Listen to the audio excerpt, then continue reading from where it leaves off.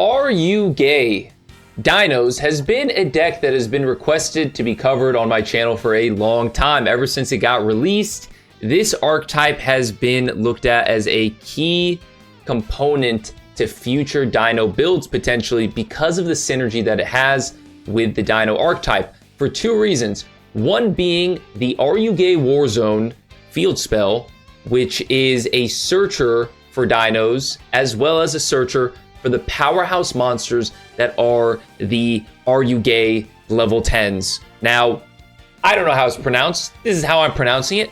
Don't judge me. This is how I'm gonna go with. But anyways, we have here just some very powerful beat sticks that also are level 10s, which is very important because they will allow us to go into some very powerful level 10 Ixies, such as Varudris, the final bringer of the end times. Great card, but not only is it synergistic because it allows us with the field spell to search for our dino pieces, but it also allows us to destroy monsters from the field using the boss monster for the Ryu-Ge archetype, Sosei Ryu-Ge Mistiba. I don't know how these cards are pronounced, guys. I'm gonna keep it a buck.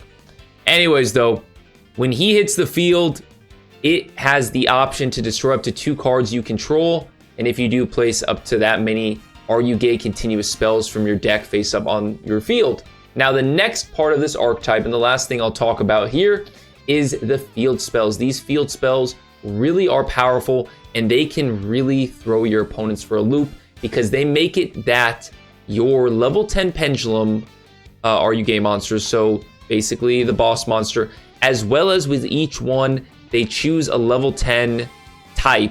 So we have Sea Serpent, we have Worm, and we have Dinos. Level 10 monsters that fit those types have these added effects depending on the continuous spell. So definitely something that can be very, very powerful.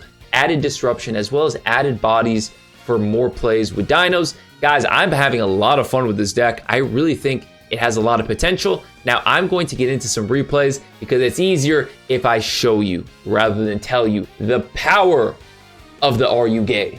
All right, so what made me kind of think that the Ryu-Ge archetype is really, really good for dinos? Duels like this, to be honest with you. So here we're going up against a Centurion player, and we have no going second cards in our hand. No hand traps, no board breakers, nothing. So it's just basically my deck versus however many disruptions you can set up. So we're gonna just kind of let them do their thing. Now, if you look at our hand, it is pretty crazy. We have, you know, our 2-card combo in Misk and Baby. We also have Fossil Dig. We also have Ground Xeno. If something gets ashed, we're good. And then on top of that, we have the Warzone, which is a great card that allows us to search for any dino from the deck, and then a Sea Serpent and a Worm. So you're going to be searching for your 2 Ryu-Ge monsters, one that gets banished and one that gets summoned. So I'm going to try my best to explain to you guys how this deck works and just kind of the plays that we can make with the archetype. So we get hit with Max C here as well. So this is the replay. This is the duel that I had, and it was kind of early in my playing with this deck that I really was like, wow, this deck is kind of nuts what it can do. So they're going to Ash my Fossil Dig after they hit me with Max C. And then they're going to continue to play on my turn. We're going to go Ground Xeno. They are going to negate that with the Cosmic Blazar Dragon, no problem. So a card was destroyed, so now Xenometeorus triggers summons to the field. They're going to summon out their Trudy, and then they're going to use their stand-up Centurion to Synchro Summon into Crimson Dragon. Then Crimson Dragon is going to target the Oxala and summon Red Supernova Dragon here. Now I'm going to use Mist to summon Arch. Arch is going to pop the baby. You guys know this. Grab the pill. And baby is going to summon out Oviraptor. Oviraptor is going to search for another baby. I'm yet to normal summon. Now I'm going to link summon. Now this is important here, guys, okay? This is very important. So the reason this is important is because the next thing I would do eventually, actually not the very next thing, but I would go into Warzone, okay? And Warzone does say that you cannot special summon for the rest of this turn except Dragon, Dino, Sea Serpent, or Worm. So if I do want to go into Sprite Elf, I would have to do it now, you know? Now in this situation, going second, I really didn't think that Sprite Elf was too necessary, but I did it anyways, I guess, because, you know, why the heck not? But you guys are going to see, actually, if I remember correctly, Sprite Elf was very necessary. So I'm going to add Petit Pterodon. We're going to banish the Hakva, and we send the Emva to the graveyard, okay? So Hakva, whenever a card is banished, Hakva summons itself, okay? So we're going to pop the baby, summon out Frost, summon out Misk. Now let's go into Lars, okay? Get a disruption on the board, or a negate. Now get Dolka, so we can stop any nefarious stuff. We're going to go ahead and summon out our UCT. Our opponent was decent, by the way, so they didn't use the Supernova effect yet because it wouldn't do anything. Now I'm going to flip everything face down. Emva is going to summon itself because 2 monsters were sent from the graveyard. I'm sorry, from the hand or deck. 2 monsters were sent from the hand or deck to the graveyard, so then you can special summon it. So they're very easy to special summon when you send them off of the war zone, okay? And then we go into our rank 12 Varudras here. We're going to pop with the UCT. And this is where my opponent tries to be cheeky with it. He's going to hit me with Jerusalem. We're going to negate it with Dolka. He's going to hit me with Baldrake. We're going to once again negate it with Dolka. Now he's going to hit me with Magnamut. And notice how my opponent has 9 cards. We're going to negate the Bestial Magnamut with Varudras. And then they're going to chain Ogre. So now Ogre is going to pop the Varudras. And like I said, the Sprite Elf actually does come in handy here, because we need all the damage we can get. We negated 3 of their effects. And then when Varudras hits the field, leaves the field, we can pop a card on the field. We're going to pop that face down. Swing for final damage there with the Sprite Elf. So it did actually come in handy. And look at that. Beautiful. Seeing all those cards disappear. Didn't matter. Maxi going second. No border breakers. We were able to cook with just the 2 engines, the Dinos and the Ryu-Ge engine. Pretty crazy stuff. Let's go to the next replay. All right, let's see what we can do going first against Smoke Weed. That is not a recommendation. Guys, kids, don't smoke weed. They're going to hit us with Fuelos. Okay. You want to be childish, Smoke Weed. Yeah, hit me with the Fuelos. Whatever. Okay. I trust the non-engine in this deck. So guys, I'm playing a 60 card deck, and if you guys know me from my Dark Magician videos, I've lately become the 60 card boy. So the beautiful thing about 60 cards is we're able to put a bunch of non-engine in, which is going to help us survive this turn. So he is going to, we're going to negate the Pydra. Now, hypothetically, if they were able to summon another, like Chandra, for instance, we have the Super Paw already. So we're in good shape. We draw into the war zone. We're going to use Misk's effect in the graveyard. Now we don't have to worry about Fuelos. So making the smart decision here is key, guys. Not playing into unnecessary hand traps. Not playing into unnecessary maxis and Fuelos is very important. Knowing when to, you know, when you have the resources to not have to do that. So once again here, guys, that kind of went quick. We are going to use the Warzone effect to reveal the Hakva, reveal the Emva, and the Xenometeor. So we add the Xeno. You always want to banish the Hakva, and then you send the Emva to the graveyard. Okay, so Hakva here is going to get banished. We use double Evo Pill, summon out UCT. So now a card was banished. We can now summon out our Hakva. And I'm going to flip that face down, pop in the Petit Pterodon, and GG. From there, we are just able to spam with so many powerful monsters, guys. OT King has never been easier with dinos. All right, we're going up against Fluid here. We're going second, and once again, no hand traps. None whatsoever. So they're going to hit us with the track, and we are going to get hit with the Bean Smith combo, and we're just going to watch our opponent do his thing. And while he's doing that, I'm going to take this opportunity to let you guys know that I do stream on Twitch, twitch.tv/KingMatty. I've made it all the way to Diamond 1 with this deck. So I'm planning on my next stream to make the final push to go to Master Rank. So hopefully you guys will join me. It will be a lot of fun. And I'm enjoying this deck, man. We've been killing it. We've gone on some pretty good winning streaks with it as well. So they're going to go Sequence here. Sequence is going to summon out Desiree. And then they're going to go into the, whatever this is, the Agnum Day, whatever. The one that equips. You know what I'm talking about, guys. And then they go into Appaloosa.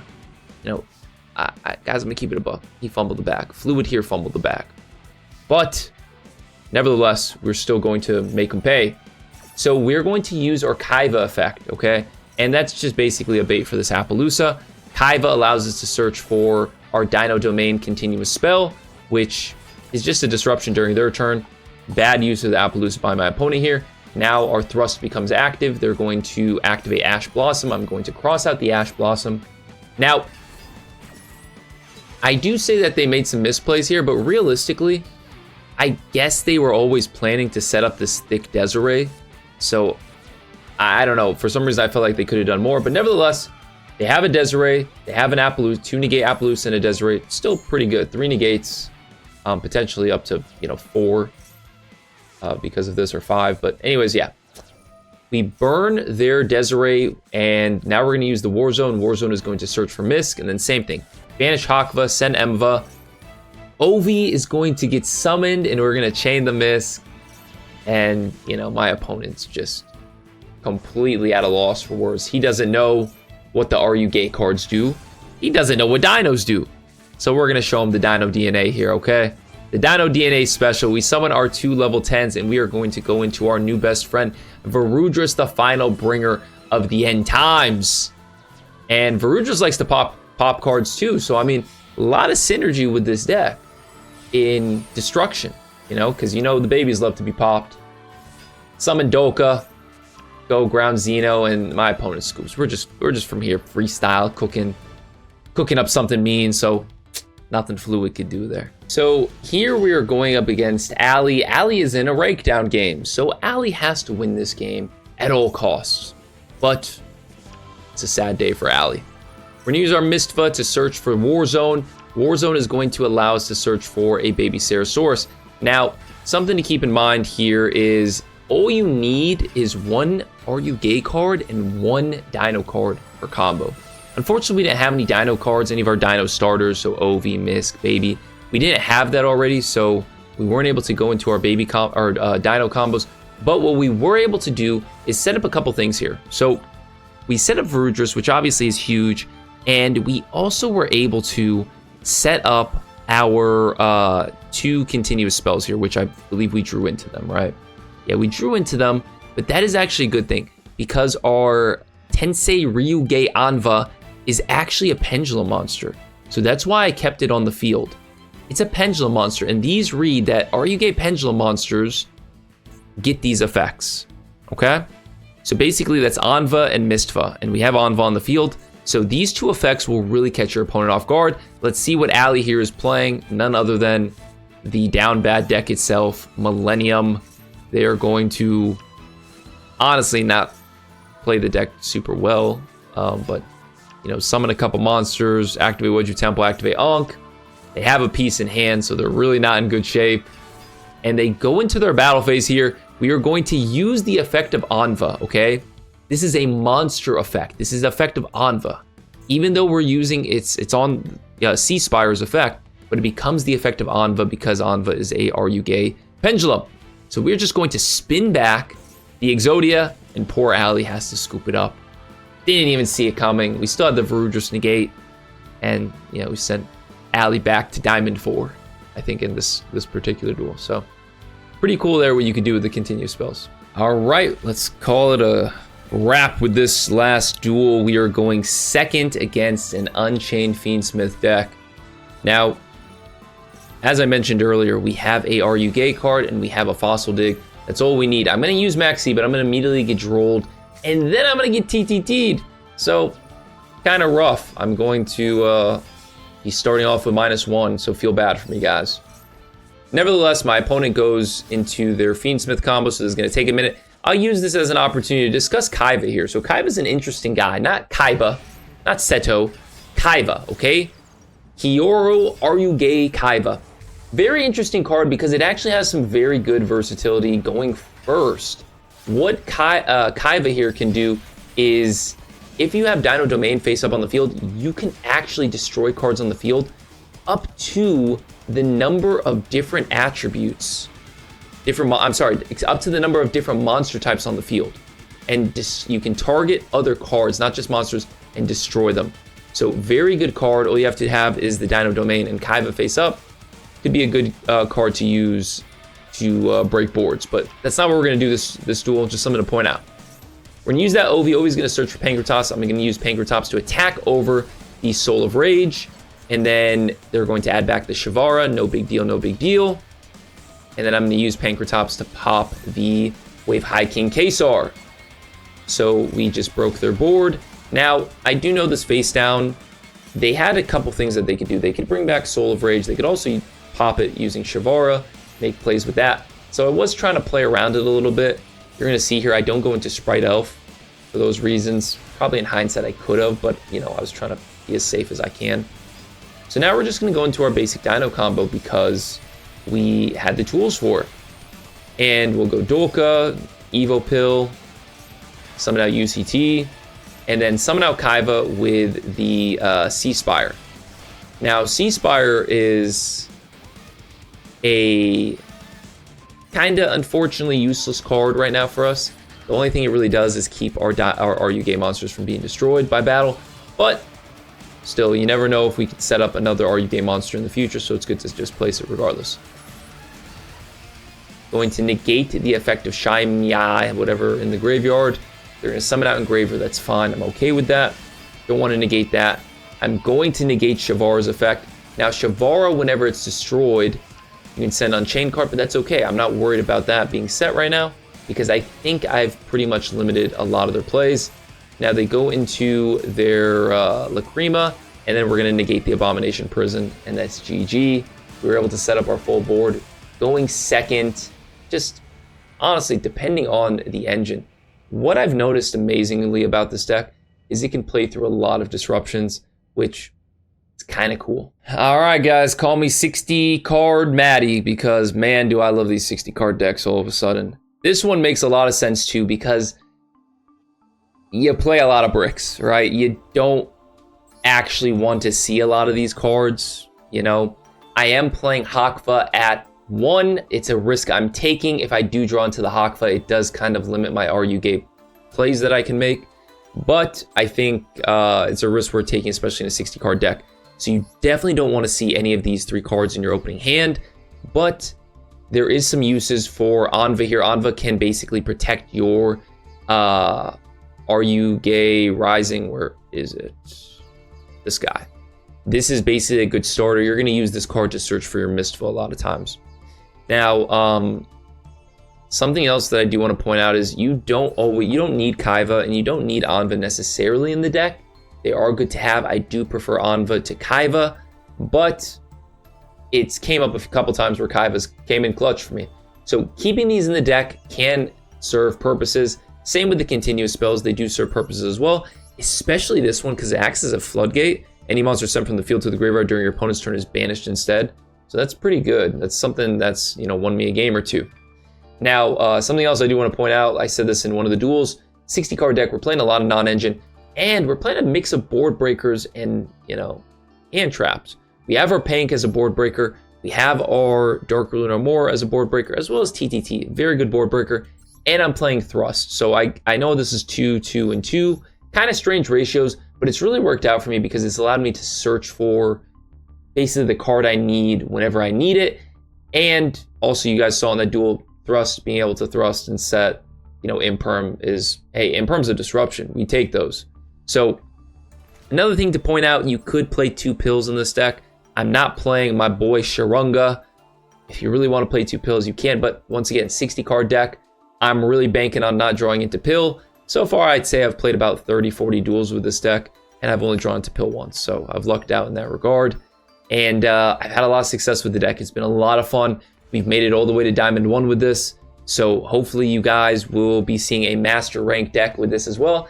I know I didn't maybe explain some of the combos as well as I'd like to, but let me know in the comments below if you guys want me to go over a combo breakdown for this deck. Because this one, I could actually make a combo breakdown. It has clear combo lines, unlike my Dark Magician deck, which I know a lot of you guys want to see combos for that, but it's not really a combo deck, so I can't really, it's kind of like read and react. But this one, there are specific combo lines, so I would gladly do it if you guys want to see it.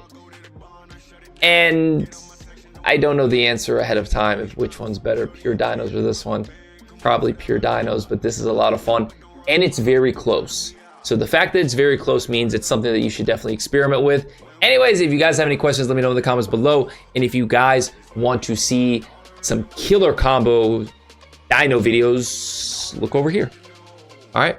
But until next time, Habibis, peace and love. Take care of yourselves. Go out everywhere and make some of these days special. I'll see you in the next one. Peace.